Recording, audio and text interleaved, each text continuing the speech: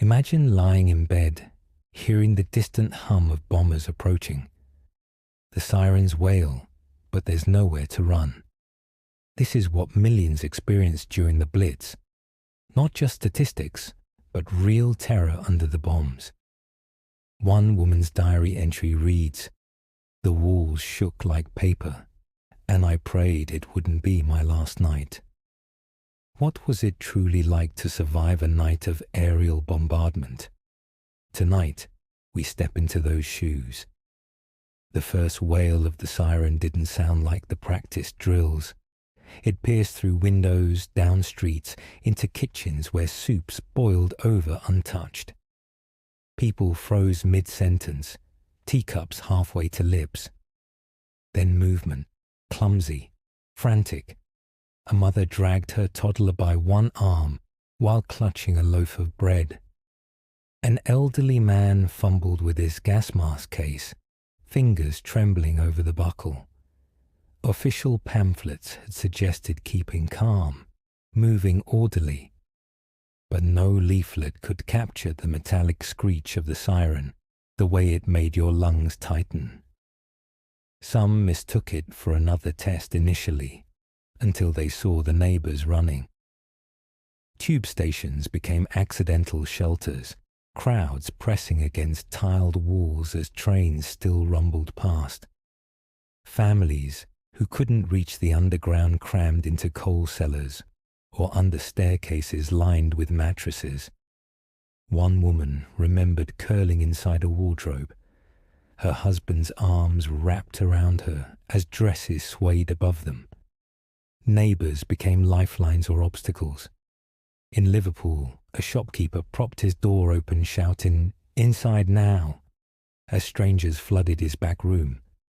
Elsewhere, apartments barred their doors, afraid of looters. The sirens did something strange to people. Some described their limbs moving without thought, while others sat paralyzed, staring at ceilings as if they could already see the bombs. The government's advice was painfully simple. Take shelter immediately. But shelter meant different things. A cellar with crumbling brickwork, a public library's reinforced reading room, the space under a kitchen table, porcelain angels still arranged neatly on top. You could follow every instruction perfectly and still be lost when the walls groaned. For thousands, that first siren was their last warning. A direct hit on a shelter in London killed 73 people before they understood the drill was real. The sound itself left scars. Survivors later flinched at factory whistles. Children hid under desks when school bells rang. Yet routines emerged. Families designated siren bags by the door, tea, torches, birth certificates. The wail came to mean something beyond fear. It was the signal to gather, to wait together in the dark as the unseen aircraft droned closer. Nights stretched long after the sirens fell silent, ears straining for the next sound. Would it be the all clear, or the whistle of falling bombs? And so the watch began. Parents wrote their children's names on cardboard luggage tags, knotting them to coat buttons as if labelling parcels. The trains to the countryside waited at platforms, steam mixing with mothers' tears. Some children thought it a grand adventure, until they saw their parents' faces. Over 1 million would be evacuated, but many families refused, unable to bear the separation. The choice haunted. Keep your child close to bomb targets, or send them to strangers who might resent the extra mouth to feed. Gas masks for babies looked like grotesque toys, with red rubber faces and filter boxes like stubby tails.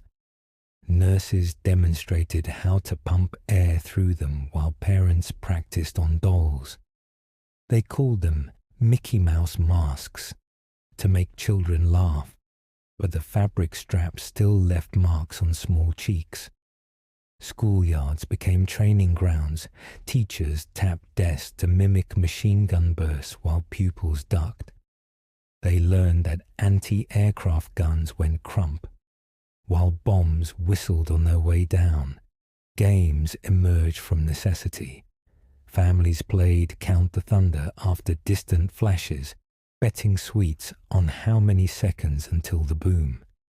In shelters, children traced shapes on dust-coated floors or sang rounds of 10 green bottles to drown out the sounds above.